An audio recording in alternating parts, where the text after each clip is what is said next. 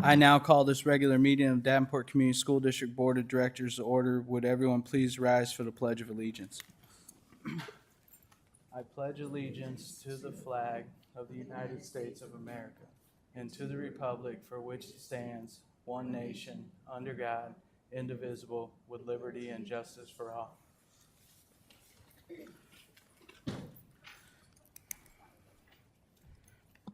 Thank you. Director Kleindrome, would you please read the board priorities? The Davenport School Board establishes the following priorities to ensure the academic success of all students. Provide leadership and direction to improve the overall learning environment in our classroom, schools, and district, including the health, safety, security, and happiness of students and staff. Direct and support actions, programs, and activities which reduce the impacts of poverty on our students, their families, and our community. Thank you. Director Beck, would you please read the mission and vision statements? Our mission statement: enhance each student's abilities by providing a quality education enriched by our diverse community. Vision statement: education that challenges conventional thinking, prepares all students to compete in a global society, and inspires our students, parents, staff, and community to answer the question, what if? Thank you. Ms. Weinzero, would you please read the goals the board will be going over tonight? The two goals are demonstrable progress and disproportionality, and the emphasis on student achievement. Thank you.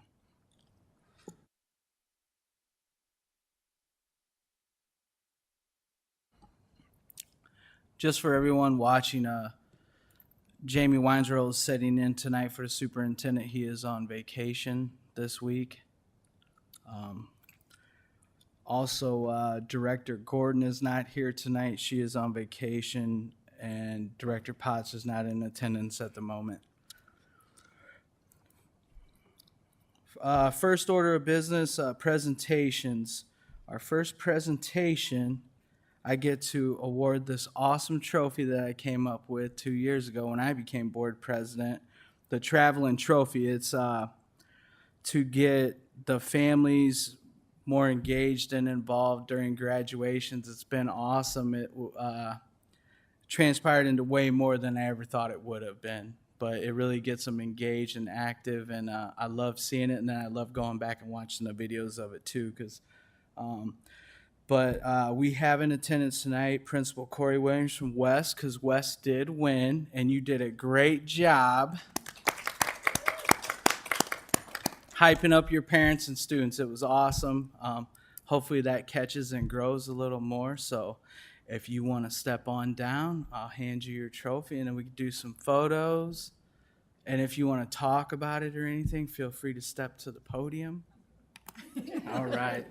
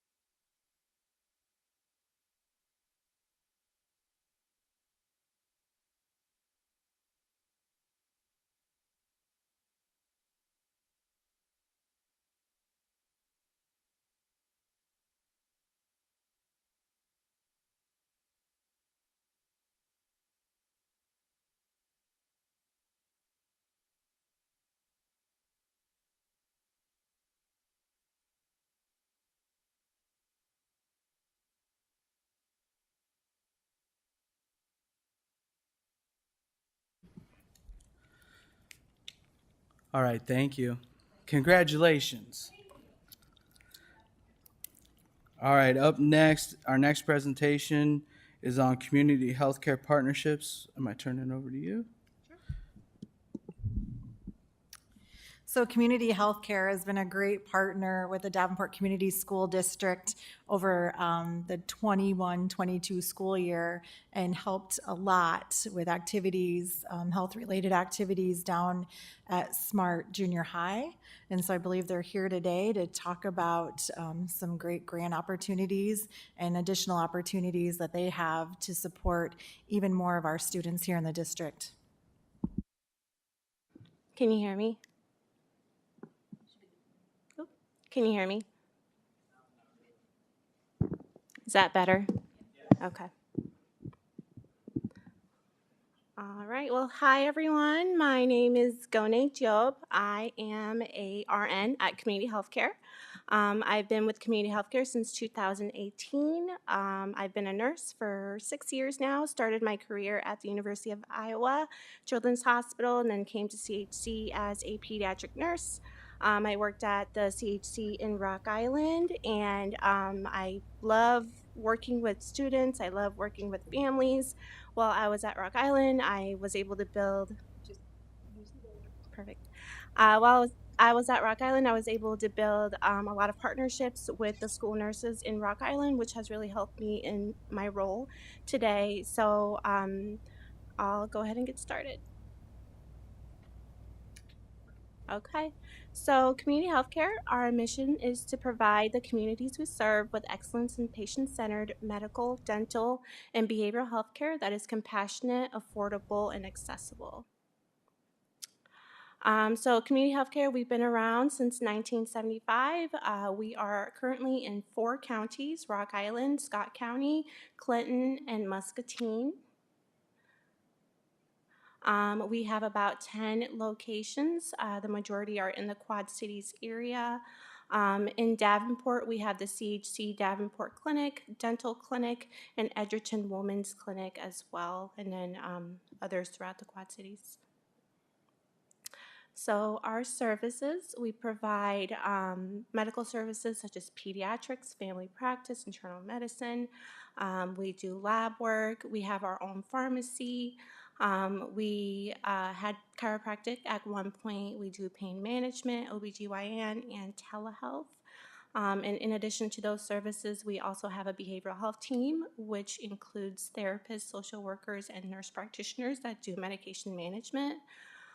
We have a home healthcare for homeless program. So we have an outreach team that will go out to different shelters around the Quad Cities and actually provide that care to them. So meeting our patients where they are, as well as a substance abuse screening and referrals. As far as our dental services, we can do pretty much anything preventative, and whatever we're not able to do, we refer patients out to other specialists. We have interpreters, we have community health workers. We see a lot of different languages at CHC, so we try to have our CHWs be people who represent our patients, so people who speak Spanish, Swahili, Karen, Chen, and they really help to help those patients get the services that they need, and then transportation as well. The great thing about having our own pharmacy at CHC, we offer a sliding fee discount. So patients who may be on Medicaid or uninsured, they can apply for this discount. Really, anyone can apply for this discount, and they're able to use that discount at our pharmacy to get a discounted rate on medications.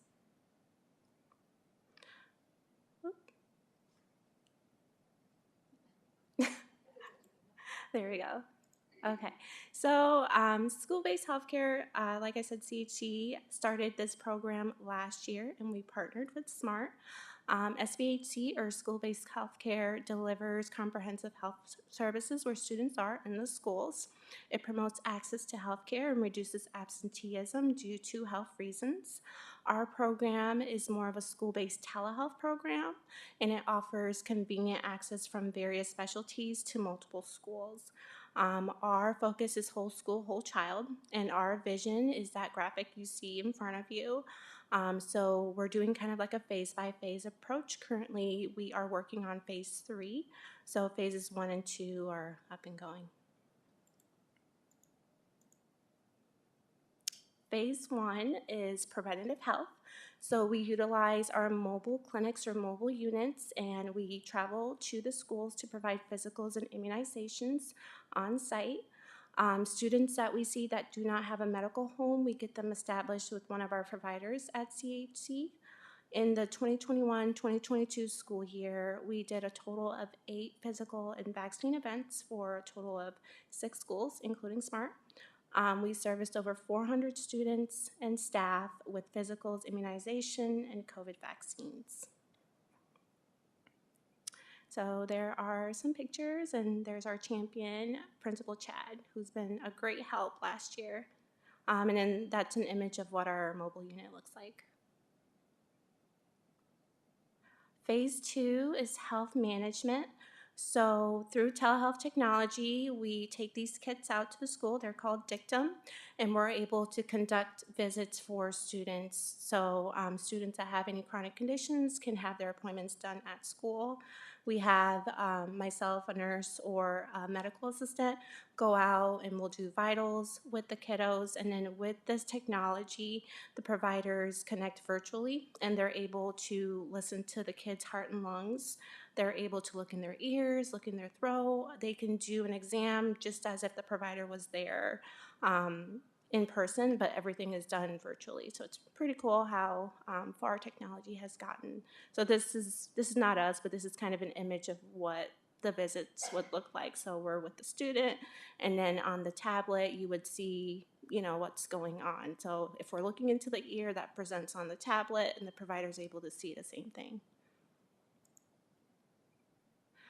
This is our current telehealth menu, so we are able to manage everything from ADHD, asthma, allergies, to some behavioral health as well. So if a student is undiagnosed or unmanaged and needs just to see someone for behavioral health, our providers can see them and refer out as appropriate. In the future, we hope to provide behavioral health as well. And then for kids who are 12 plus, so 13 for the state of Iowa, we also provide confidential sexual health visits. I'm gonna get this. Okay. Phase 3, which will be coming soon, our goal is to prioritize the school's social and emotional health. In doing so, we will provide telehealth counseling and psychotherapy, so that's appointments with our psych nurse practitioners to do medication management. And then we will have a behavioral health specialist who will travel to the schools to be able to conduct those referrals and help families get those behavioral health care that they need. Okay. And I always like to ask our school partners if they're ready to be a partner. We are whole school, whole community, whole child focus. Our program is a collaborative approach between learning and health. We're there to promote health care to students, promote health promotion. We also do health education. So this school year, I'll be reaching out to the middle schools to see if they're interested in having us come out, like our Edgerton Women's Clinic, come out to do some sex education for students and just letting them know how to get resources if they need those. We do education about dental services, really anything around health education we can educate on. We're looking for active student recruitment and referrals, so working closely with the school nurses, counselors, teachers in identifying those students that might need our services and getting them connected at the school. And then we're hoping for staff, student, and family engagement as well. With the program, consent is the number one thing, so we always want to make sure we have consent, and then keeping parents informed of everything that we do with their child at the school. So just engagement is key, and the program is only as successful as our partnership. Any questions?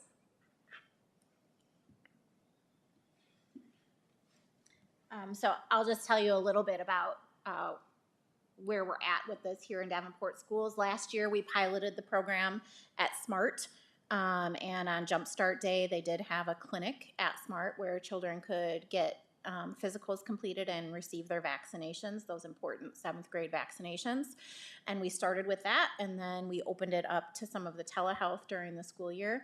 And when other principals heard about it, there was a long list of everybody that wanted the same program at their school. And so we worked really hard through the spring. And this year we will be offering the program at Smart, Williams, Wood, and Sudlow.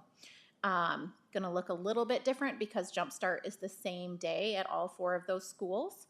So this year they will be hosting a day where children can come get their vaccinations and their immunizations, students from those 4 schools, on the 13th of August down at Community Healthcare. And then kids who need it beyond that will make appointments for them to get in, and CHC will come out to the schools and help with that as well. So I would say it got a lot of kids at SMART last year who were not immunized to be able to attend school in that first week, which was wonderful. And then we also noted that it keeps kids in school. So where kids sometimes were getting picked up to go attend appointments and then never came back to complete their school day, now they're only out of the classroom for about 20 minutes.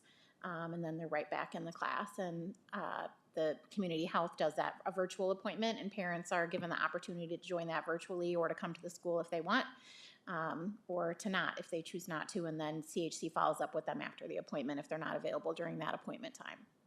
So, any questions? Director Hayes. So the school nurse would schedule the appointment, and how are the appointments paid for? Great questions. We work with the school nurse to get appointments scheduled. So if the school nurse identifies a student that has a health need, they can reach out to me. We are in frequent contact, so they can reach out, and I'll make sure that we have consent prior to seeing the student. Once we have consent, the school nurse can request appointments, the parents can request appointments, and then we will communicate about follow-ups as well. And as far as payment, we bill. So if they have insurance, we will bill their insurance. If they do not have insurance, we will help them to get insurance. And we take state aid, we take private insurance, we take self-pay. But for the students, we really want to make sure that they get insurance if they don't have it. Okay, now what's the turnaround time for an appointment? Are you waiting weeks or? No, we don't have a wait list, so we can see a student within a couple of days if needed. Yeah, our providers are pretty available due to telehealth. So that's the great thing about this being telehealth, is that we're able to have more availability to the schools. Okay, thank you.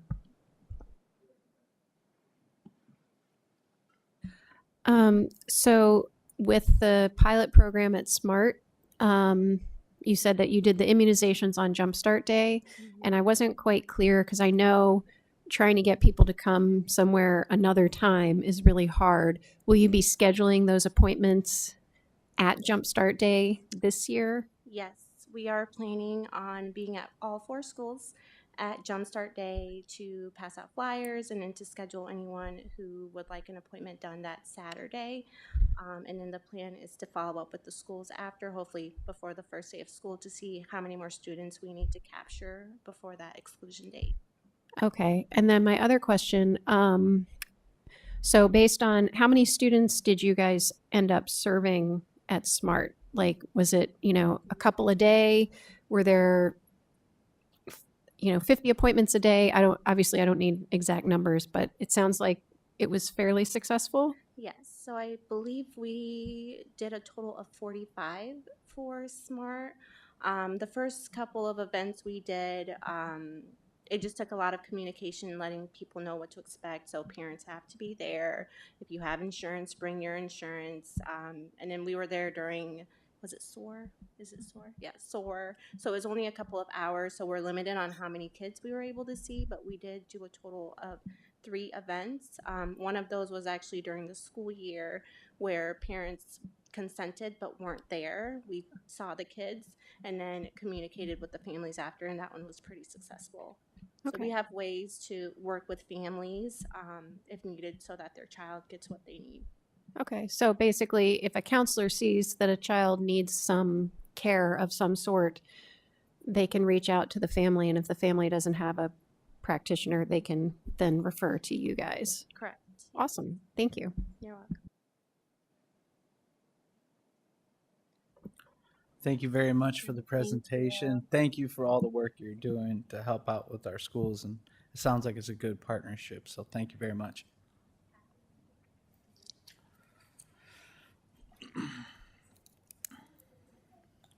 Board reports. Are there any board reports?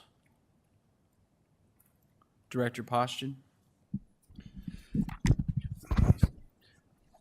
Last Wednesday, I was attended summer school session at Madison Elementary, and I wanted to thank Mr. Sneeden, teachers Dugan, Jossert, Clymore, and Luntz for allowing me to sit in on their classes, and to Shaney Ford and to the AmeriCorps workers, Dante and Jordan.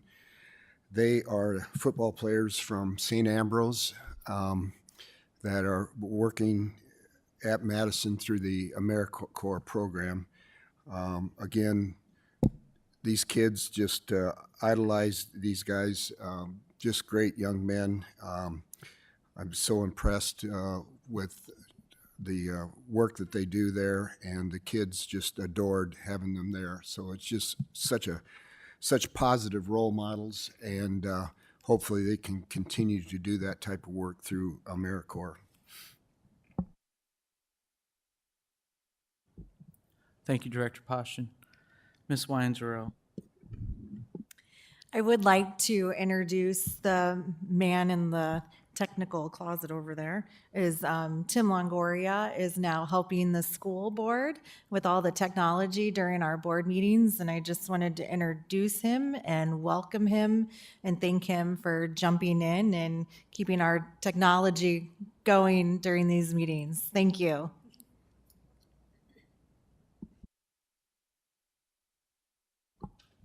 Thank you for the introduction.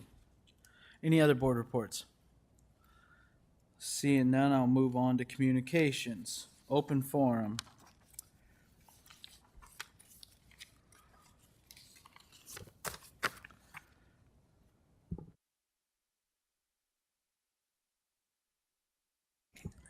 Perfect. All right, there are no open forum requests for tonight, virtual or in person. So we will move on to the consent agenda. May I have a motion to approve the consent agenda? Mr. President, Director Hayes, I move the board accept the consent agenda as written. is there a second? Second. Seconded, Director Beck. Is there any discussion?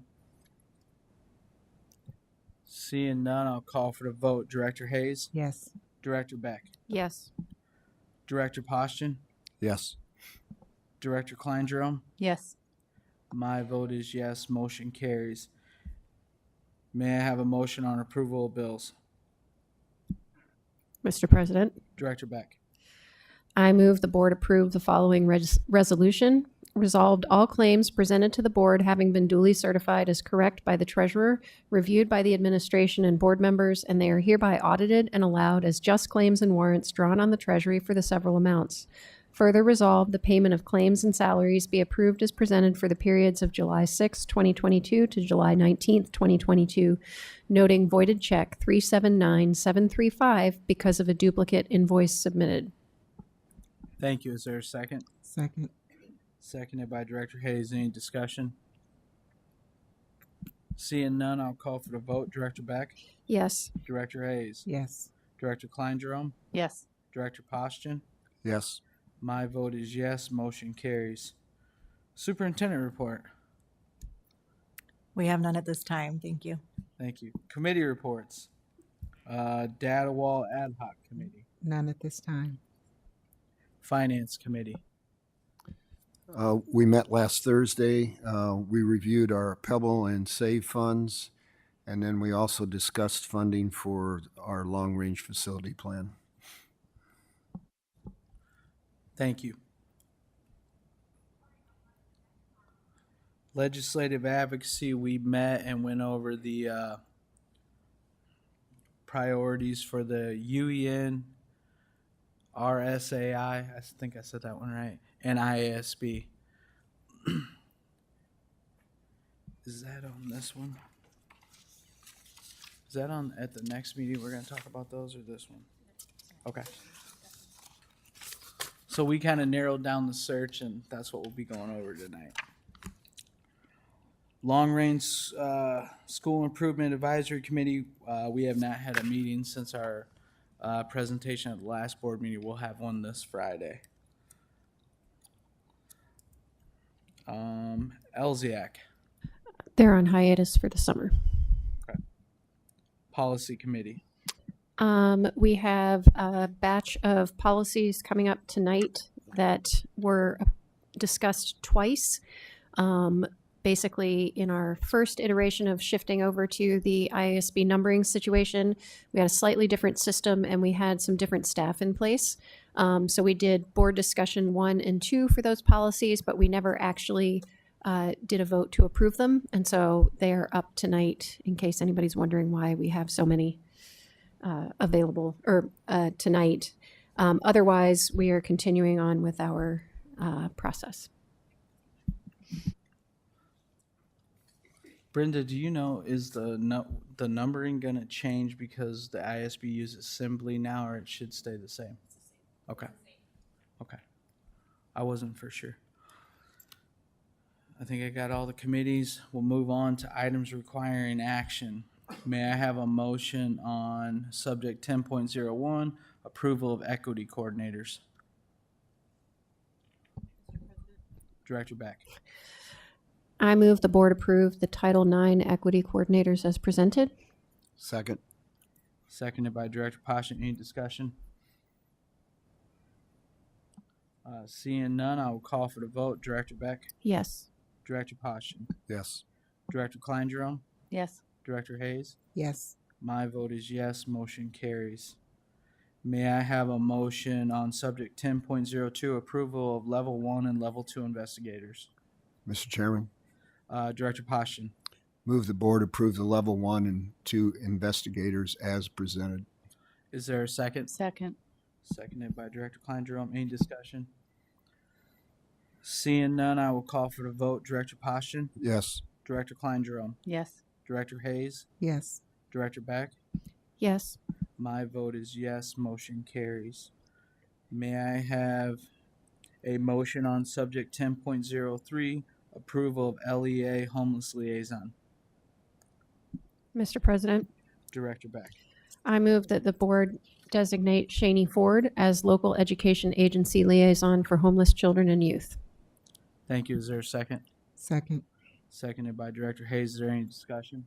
I do have a question. Who will assume the position that Shaney's had before, or is this just added to what she's currently doing? This is just being added on to what she's currently doing, and it's been discussed she has capacity and was willing to do this To do work. Mhm. Okay, thank you.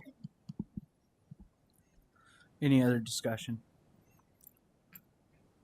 Seeing none, I will call for the vote. Director Beck, Yes. Director Hayes, Yes. Director Klein-Jerome, Yes. Director Poston. Yes. My vote is yes, motion carries. May I have a motion on subject 10.04, policies for board approval? Mr. President, Director Beck. I move the board approve the following policies: 200.01, 200.02, 201, 202.01, 202.02, 202.03, 202.04, 202.05, 205, 206.02, 207, 208, 209.01, 209.02, 209.03, 209.04, 209.05, 209.06, 209.07, 210.01, 210.03, 210.04, 210.05, 210.06, 210.07, 210.09, 211, 213.01, 215, 216.01, 216.02, 216.03, 217, 300, 301.01, 302.01, 302.02, 302.03, 302.04, 302.06, 302.07, 302.08, 303.02, 303.03, 303.04, 303.05, 303.07, 303.08, 303.09, 304.01, and 305. Sure you don't got any more? Second. It's been seconded. Is there any discussion? I have a question for Brenda on 303.05. One of the bulleted points is for administrators, instruct teachers to make a complete annual inventory of all school property contained in their individual rooms, which would be a nightmare. This inventory is reviewed and filed with the board secretary. Do they file it with you, or is there somebody else that is keeping track of this? And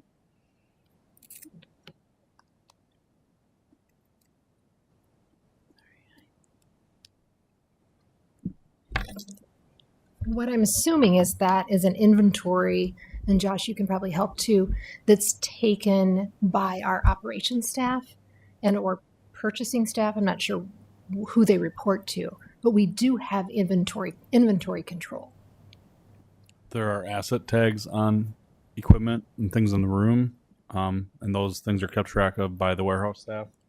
I'm not deeply involved in that part of the warehouse and stuff, but I know that if we dispose of a desk, for say, we have to go through proper channels to get rid of it, so we can't just give it to somebody or just throw it away. We have to put it up for public auction unless it's completely destroyed or something like that. but also I know books have to be inventoried. I remember scanning every barcode on every book I had in my room.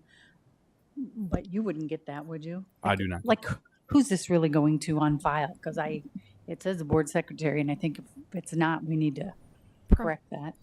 I agree. Go ahead, Kevin.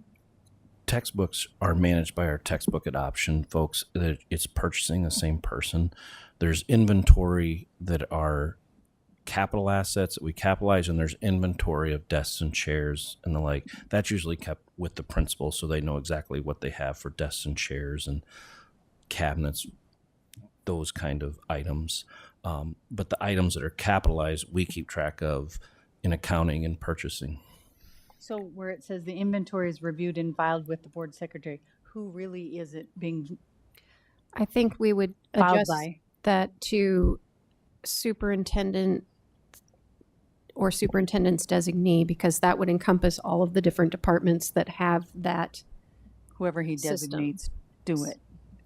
Pardon? We could do that. We Or- could say with yeah. the business office. So It's more like that's, that's what it should be. I think it's just basically because nobody's submitting a report that we approve to you or anything like that. And since it's multiple different locations because of the different types of assets, I would say superintendent or superintendent's designee, and that would encompass where it's filed.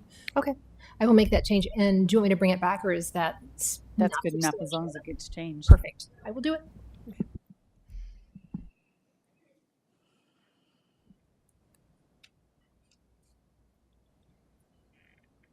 Do we need to make an amendment? Director Kleindrom, do you want to make an amendment to the Brenda shook her head and said we don't need that. We don't. You don't? You're good? Okay. Okay. All right, perfect. The motion's been made and seconded. Is there any more discussion? Seeing none, I will call for the vote. Director Beck? Yes. Director Poston? Yes. Director Kleindrom? Yes. Director Hayes? Yes. My vote is yes. Motion carries. Discussion items. First item of discussion is 11.01 Recovery Health of Iowa Nursing Contract.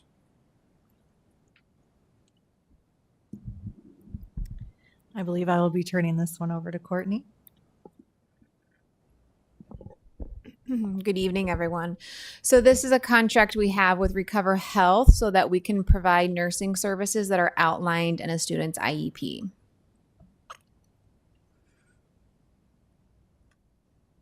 Yes. Director I'm Beck. sorry. So, two questions. Does this typically apply to students who need a physical nurse with them at all times, or is it any kind of nursing services that you said it's designated in the IEP? Yep.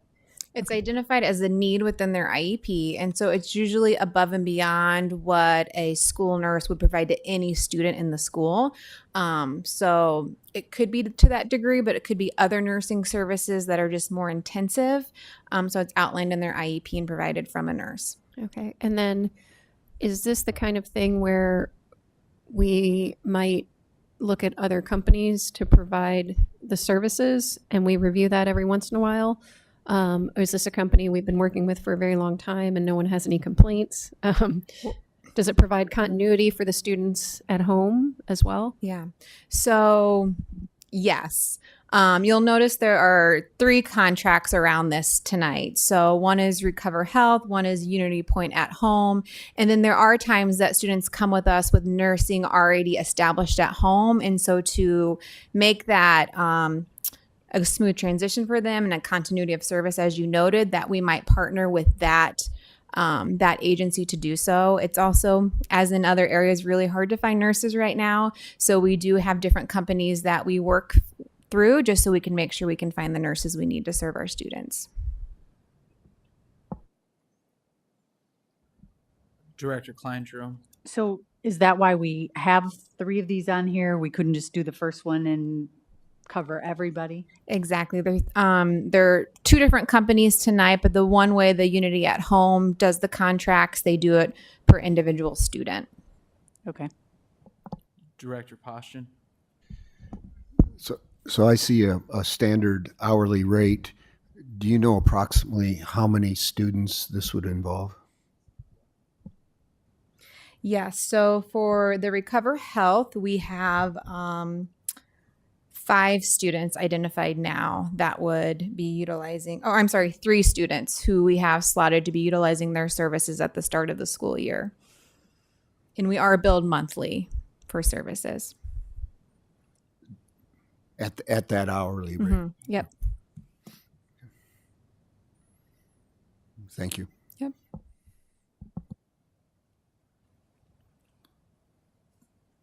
I'm assuming you're going to cover all 3 of these and they have to be individual discussion. So for the Recovery Health Iowa nursing contract, does anyone need any more information to feel comfortable voting on this at the next regular meeting? All right. Next subject for discussion is Unity Point at-home nursing contract, student 1. I'll just turn it right over to you. So everything we just discussed applies to this one as too. It's just a different company. And as I mentioned, they do their contracts per student. Any questions on this one? Courtney, you're really knocking this out of the park. The next one, subject 11.03, Unity Point at-home nursing contract, student 2. Are there any questions for Courtney on this? Thank you. You just hammered it home on that first time. All right. Oh, Director Poston. So this isn't an hourly rate. You said it was per student. So what is that rate then? I do not have that in front of me. I can find that out for you.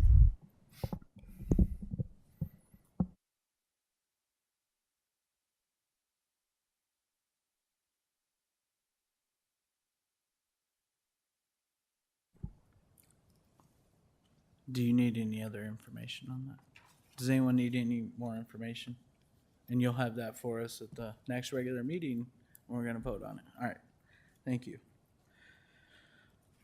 Next subject is 11.04, Michelle's vocational placement contract. $60 an hour. It's $60 an hour on that, Director Poston. $60 an hour, it says on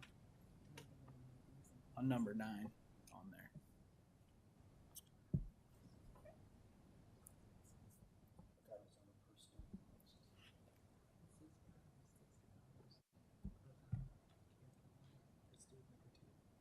Yes, it's number 9.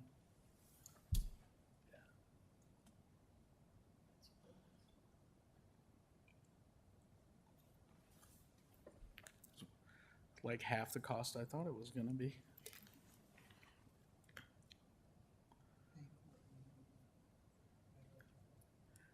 Good job. Nice catch. Subject 11.04, Michelle's vocational placement contract. Ms. Weinzero. Yes, this one is tied to a contract for a full-time coach and one coach for 8 weeks. And these coaches provide job development and coaching that support our students within Project Search. Is there anything you'd like to add, Courtney? Nope, unless you guys have specific questions. We currently have this, right? In the program? I mean, this is Yes. Yep. Okay, so Yep. just keeping it going. Absolutely. Gotcha. Director Back. Actually, my question was kind of building on, this is the group that we've used currently for this service, correct? Like Project Search has used Michelle's MVP. Yes, I believe for sure it's who we used last year. I'm not quite sure the prior year. Okay. And just so you know, we have 5 students in Project Search for next year, to give you that context.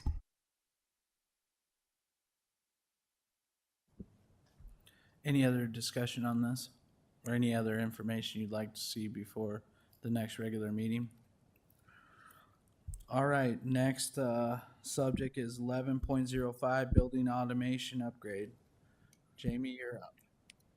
Sure. This one is in regards to getting some new HVAC controls upgraded at Central North and West High School.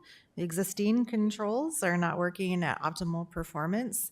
And so we're looking at upgrading those and replacing the upgrading controllers and recommissioning equipment. Are you guys familiar with building automation is and how it works? If you're not, our building automation is in every one of our buildings. It controls the humidity, the temperature, the air exchange rates, you know, how much air we bring in from outside, how we mix air that's already here. A lot of what we have for equipment, a lot of our buildings is pretty old, so we a lot of times budget like $50,000 a year to make these upgrades. We can do it with a larger amount of money, obviously, with the ESSER funds that are available, rather than waiting for them to fail and then trying to scramble to do it when the air is not working in the buildings. We just have to like turn the stuff on manually and let it run the old-fashioned way and not really mix it correctly. So we're trying to be proactive about it. The equipment that's in some of these places is age expired already. So what we can do with it out of the high schools is take it and put it in some of our inventory. And if a elementary school, per se, has a same issue, we can take that inventory and help fix that stuff down the road if we need to. The contract we utilized to get the pricing on this was a state contract. It was bid out through the Omnia program in 2020 and sent out that way. Trains used exclusively through every one of our buildings right now. Neighboring districts, I won't say who they utilize, but do the same thing. They utilize one company for it typically. Otherwise, you need to train people to run another program just so you have an understanding of how it kind of works. Director Beck. And I noticed that the money is eligible to be used from ESSER funding. Is that because it involves air filtration and air quality? Yes, this system directly correlates to running our equipment correctly and getting better air quality in buildings. If it doesn't work, the air quality will not be good. Along with this, we're doing a little bit of commissioning work too, so that will help improve some of the air quality in some of the rooms if we test and balance a couple areas and see if it's not working correctly. Put some measuring stations on to see if the flow is correct. To add the ESSER question, a lot of districts are doing the exact same thing. They're also buying equipment as they needed, depending on their needs. We will have to do a request in our ESSER process to get approval from the state. So before we go too far into this, after this discussion, we'll put an ESSER request for technology that exceeds $5,000. So this will be included in there. So if it gets approved, then we can continue. You should have approval back before our next regular meeting, right? Because it's 3 weeks out or something. Yep. Okay. Yeah. Any other questions? All right. Up next is a subject 11.06 IASB legislative priorities. I will let Director Poston lead on this one. Well, we narrowed this down to what you see before you, and wanted feedback from the rest of the board on the. I think we need 4, Brenda. Is that correct? So we need our 4 top priorities, and I think for myself it was school funding policy, supplemental state aid, preschool, and early literacy. But there could be a real good argument also for teacher recruitment and licensure.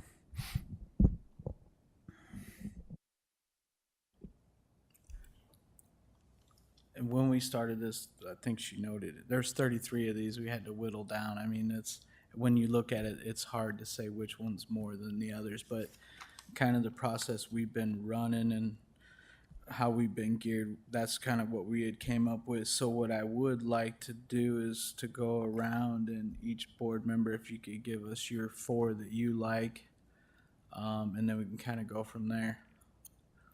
I'll start with Director Hayes. I would select recruitment, early literacy,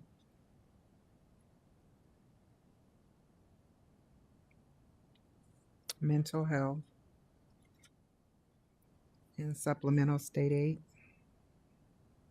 Okay. Director Beck. I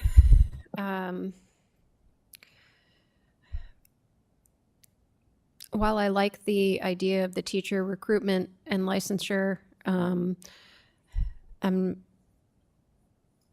not sold on how things have been going with changing licensure. So I would choose mental health, supplemental state aid, preschool, and early literacy and preschool. Yeah. Although I could see an argument for market competitive wages as well. Director Klein Jerome.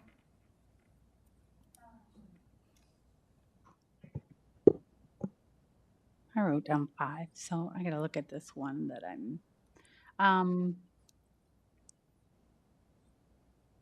I would say funding, supplemental state aid, preschool, and early literacy.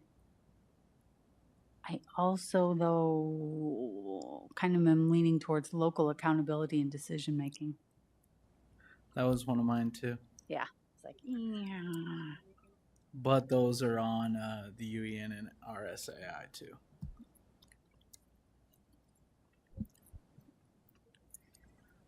All right. I went with the school funding.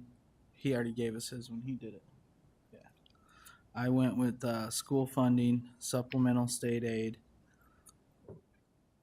I did the local accountability too, and early literacy.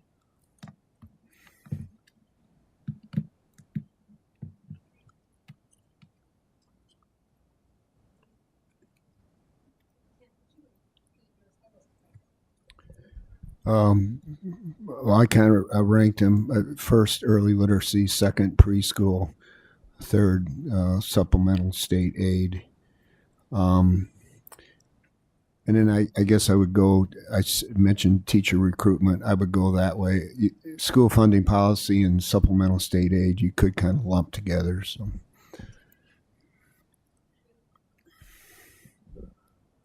Brenda, I have the top 4 would be supplemental state aid, school funding policy, early literacy, and preschool. Is that what you have?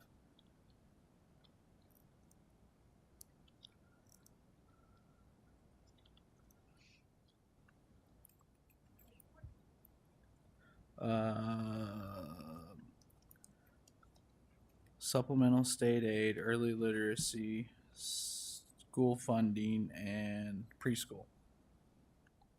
I have these 3. I only did 2 for school funding, 2 for teacher recruitment, 2 for mental health, and then these were 5s. I just went by how many Did he?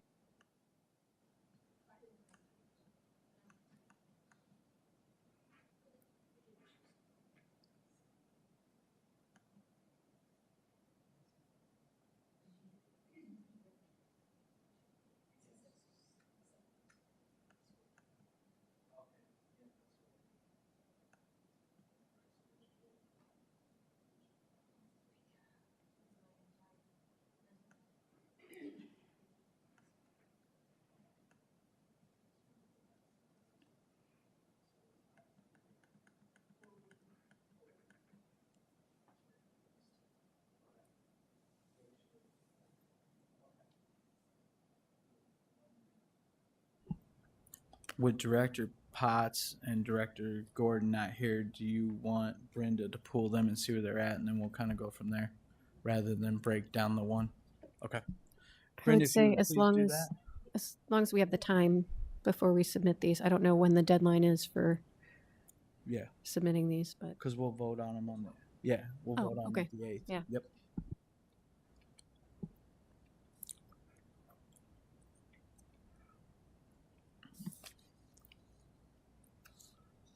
All right, the next subject is 11.07, the rural schools legislative priorities. I will let Director Poston lead on that one again.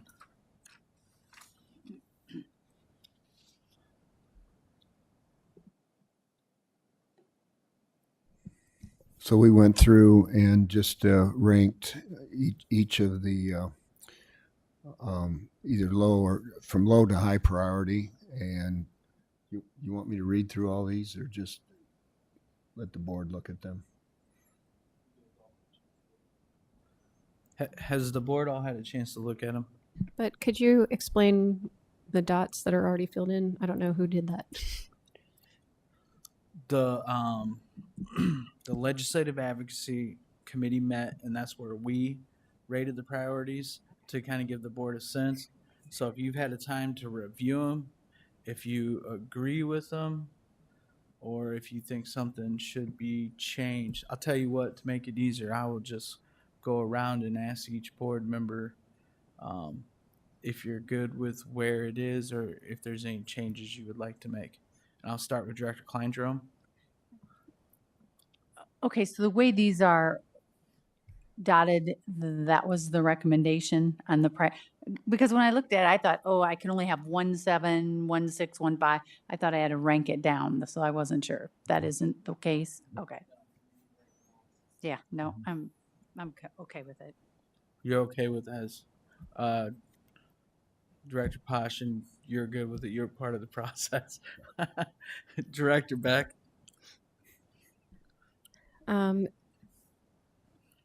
Yeah, I'm good with it. I might lower the formula and transportation equity one to, well, formula equity, but transportation equity to maybe a 6, even though it's extremely important. I feel like some of the other ones are really important as well, but generally speaking, I agree with the choices that you guys made. Yeah, that's what I would have picked. Whoops. Director Hayes. I was okay with it. The only question I would do is I might rank the internet speeds higher. So the reason we didn't do that doesn't affect us. We already have all that. That's why we With figured the we wouldn't put that. hotspots and everything. Yeah. we have. Yep. Okay. Yeah, we're already set up for that. That's for what were the school districts that he used for the comparisons? I don't even remember, but it's for a little more rural schools that might not have that, whereas we do. Yeah, we're good. That's why we didn't choose that as a priority for Davenport, if that makes sense. Does anyone have any questions on that? All right. The UEN subject 11.08 UEN legislative priorities. These are done in the same fashion as rural schools. So I'll do the same thing again. You all had time to look at this, and I will start with Director Hayes on this one. I'm okay with this one. Okay. Director Beck? Yep. I know Director Poston was. Director Klein Jerome. Yep, good.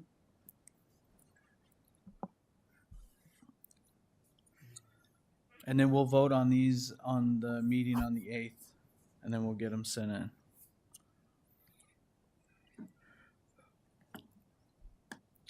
All right, we'll move on to subject 11.09, policies for board's first discussion. Director Beck.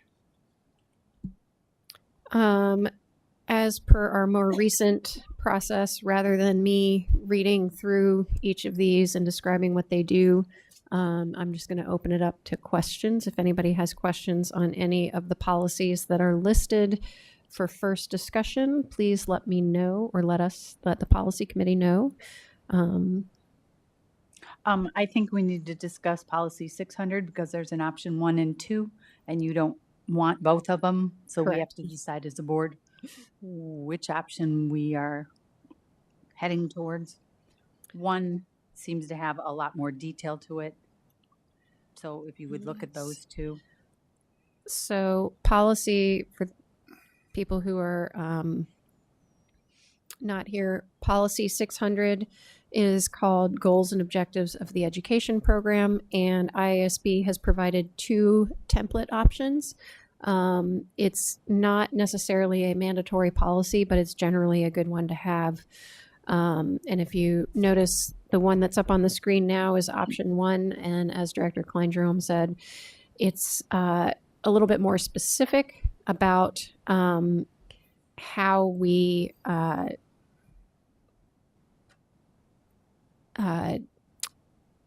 let's see, sort of what types of opportunities we strive to provide for all of our students.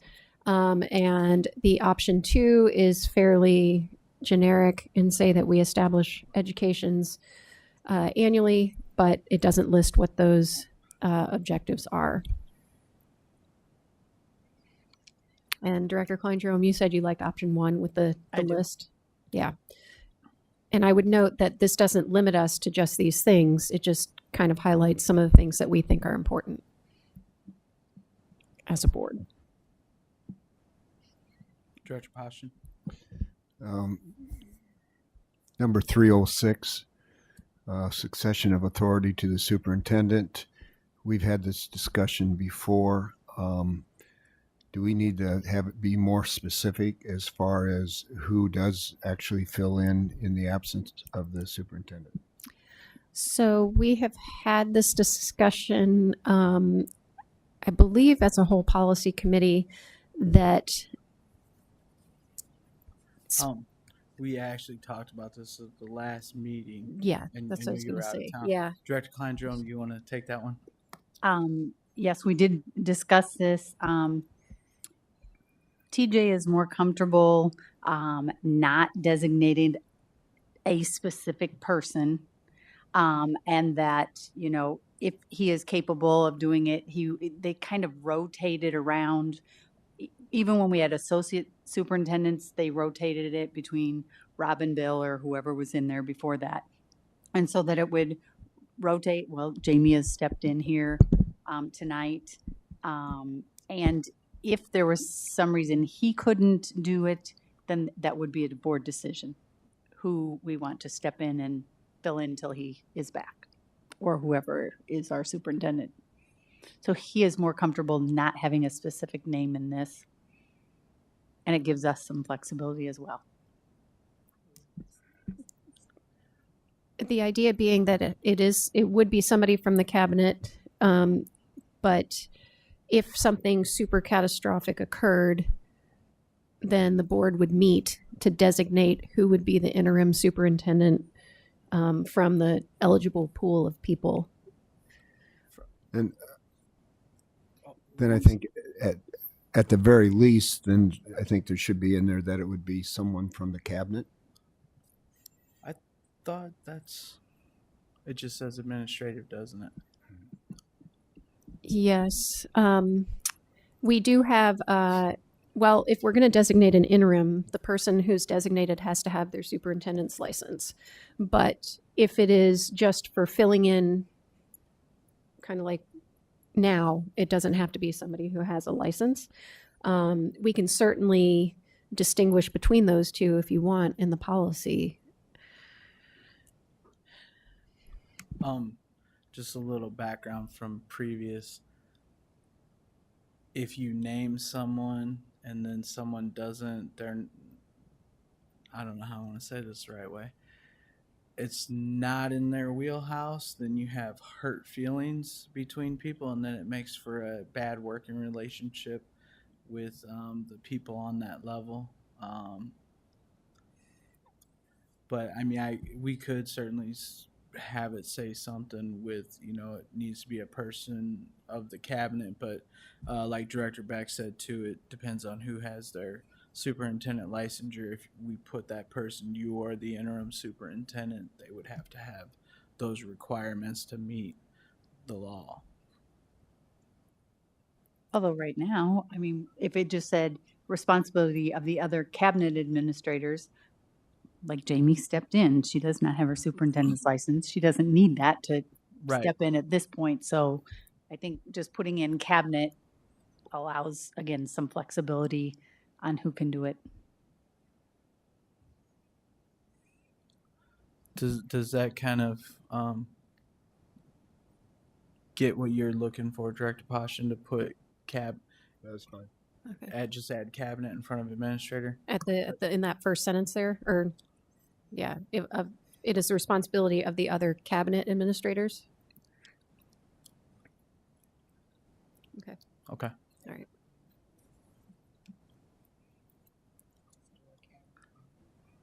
Cabinet level administrators. Yeah, we can figure out the best way to word that. Okay. Back to, or is this still on this one? No, go ahead. Back to the one we were talking about before that, the 600. If you could, Director Beck, make sure you pull everybody to see if they like option 1 or 2, so then we know going forward where we're at. Because we started that conversation and then we went to that one. I was going to stop for a second, but we rolled it through and got that done. But if we could go back to that and then figure out who likes option 1 or 2 and kind of pull that so we know going forward with that one, please. Okay. So Director Klein-Jerome, you said option 1. Okay. Director Poston, option 1. Director Hayes? 1. And Director Gosa? Okay. And I prefer option 1 as well. I have one other question. Kevin, could you answer 709? It was a fill in the blank, but the blank now says 50,000 / 100,000. Could you explain why there's two amounts in there? Absolutely. There's two different deductibles when we have an insurance claim. One is for an act of God. The other would be like fire, flood, vandalism. That's why there's a 50,000 and 100,000. One has a lower deductible than the other. So this is in reference to what matches our actual insurance policy. So do we need to explain that in that paragraph? Insurance of buildings, structures, and property in the open will not generally be purchased to cover loss exposure below 50,000, 100,000 for acts of God or whatever. I would suggest you put it per the insurance policy. Oh, because okay. the policy itself states those. Okay. That'd be a lot simpler. And flooding is not an act of God? Depends what it is. Oh, you could have a water main break that has nothing to do with it, just wore out and it flooded a basement. Or you could have an actual flood, which is an act of God. So it depends. Okay, how it happens would be. Exactly. Yeah, okay. Insurance lens. So it should say on there per the insurance policy? Yes. Then? Okay. Brenda, did you get that? Okay.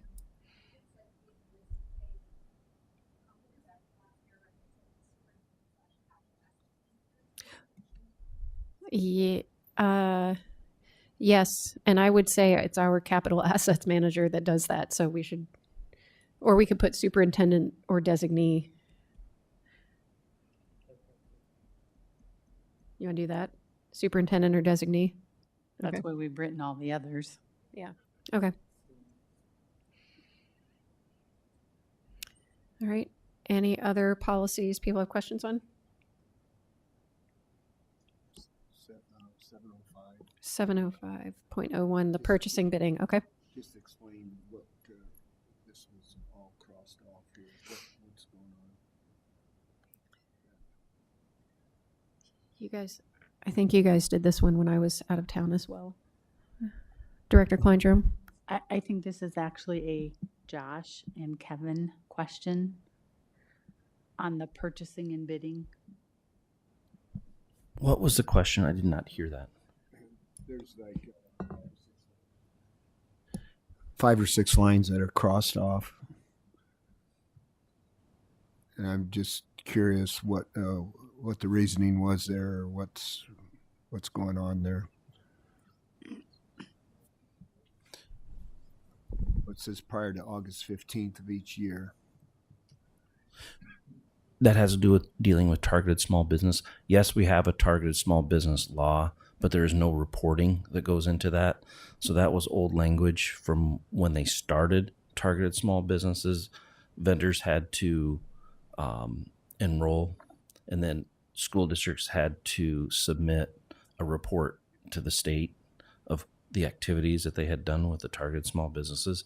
So it's more of, we have to have language in here that we will encourage people to use targeted small businesses, but we don't have the reporting piece of that any longer.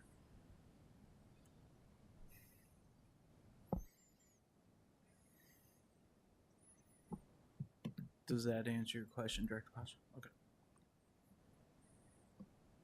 Any other questions? This is the first round ones, right?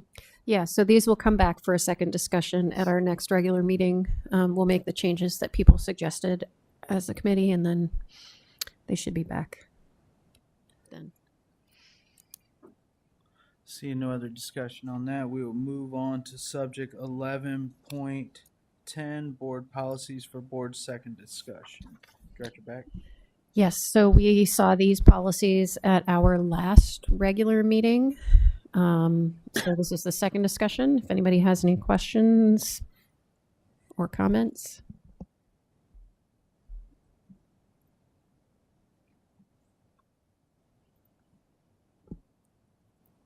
Whizzed right through those. Yep, then they'll come up for a vote at our next regular meeting.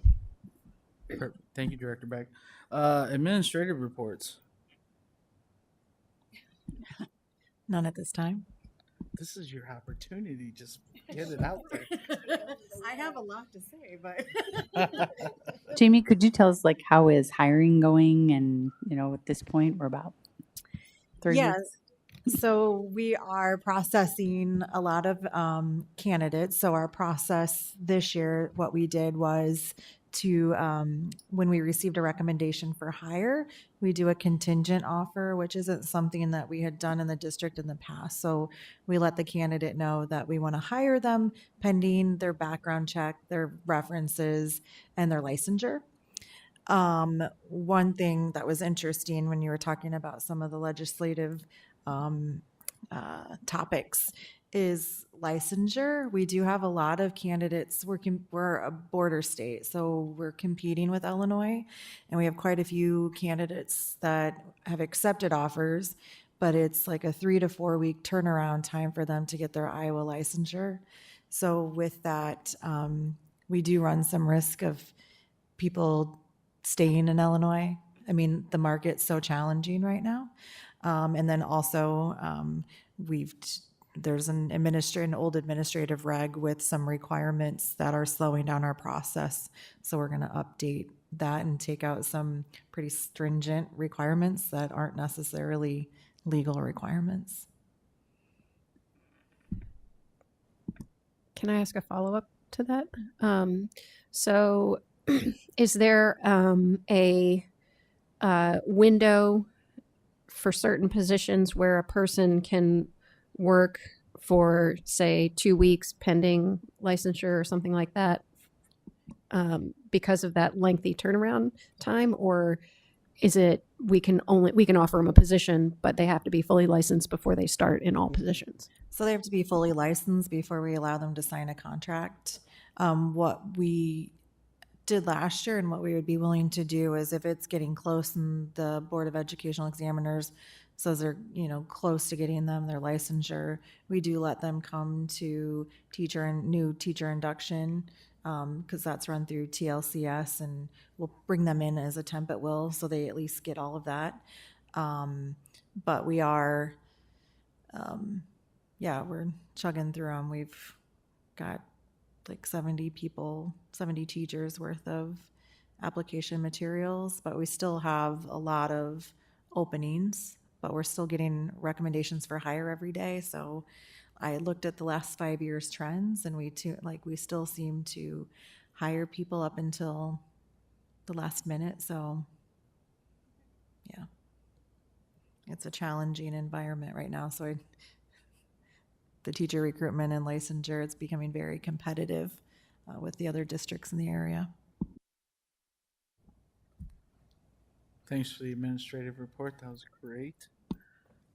Board requests. Are there any board requests? Seeing none. Board reflections. Director Hayes. I enjoyed the CHC presentation. I like the fact that that will certainly help a lot in attendance, and I think with someone on board like that, rather than waiting these long times for physicals or shots or whatever it is, as hard as it is to get into a doctor's office, I think that would be a real asset to the district to help with the attendance. Thank you. Director Kleindrum. I also think it's great that the community health, it worked out at SMART, and so that we are expanding it. That's good to hear. I kind of wonder why we didn't include Walcott Junior High, since we seem to have picked up all the other junior highs, but at least we are expanding. And I want to thank Jamie for stepping in and filling in at our board meeting. Director Poston. Yeah, I'm wondering maybe Jamie should be working on her superintendent licensure. Just like everyone else, the community health care partnership, I think that's so important, not only to the school district, but also to the community. Thank you, Director Beck. I also agree with the community health partnership, but I was really thrilled to see how similar we all are in terms of the legislative priorities for all the different surveys. We all seem to have basically the same ideas for what we think that our lobbying organizations or advocates should lobby for, and I thought that was really impressive.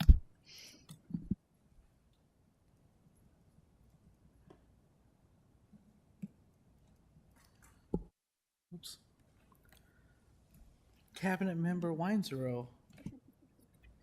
Thank you for asking.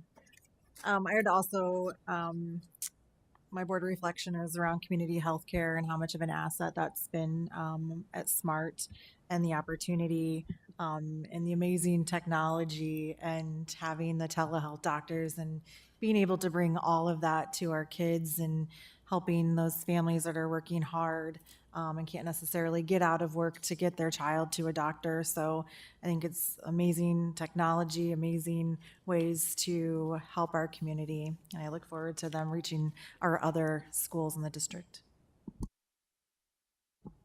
Thank you. I agree with everyone else about the community health care as well as the priorities. There's a ton of priorities, and I wish we could do them all, but you can't. I'm going to go with my baby, the Traveling Trophy Award. I really love that thing. I think it's awesome, and it really gets everyone engaged. So I thought that that was great. I'm glad Corey could be here for that. And congratulations again to Wes for winning it this year. So with that, I will entertain a motion to adjourn. So moved. Although we can't technically, like Director Poston said, Potts I isn't know. I here. was trying to figure out who I was This going to is a call. problem. Yeah. Yeah, but I so moved. Is there a second? Second. All those in favor say aye. Meeting adjourned.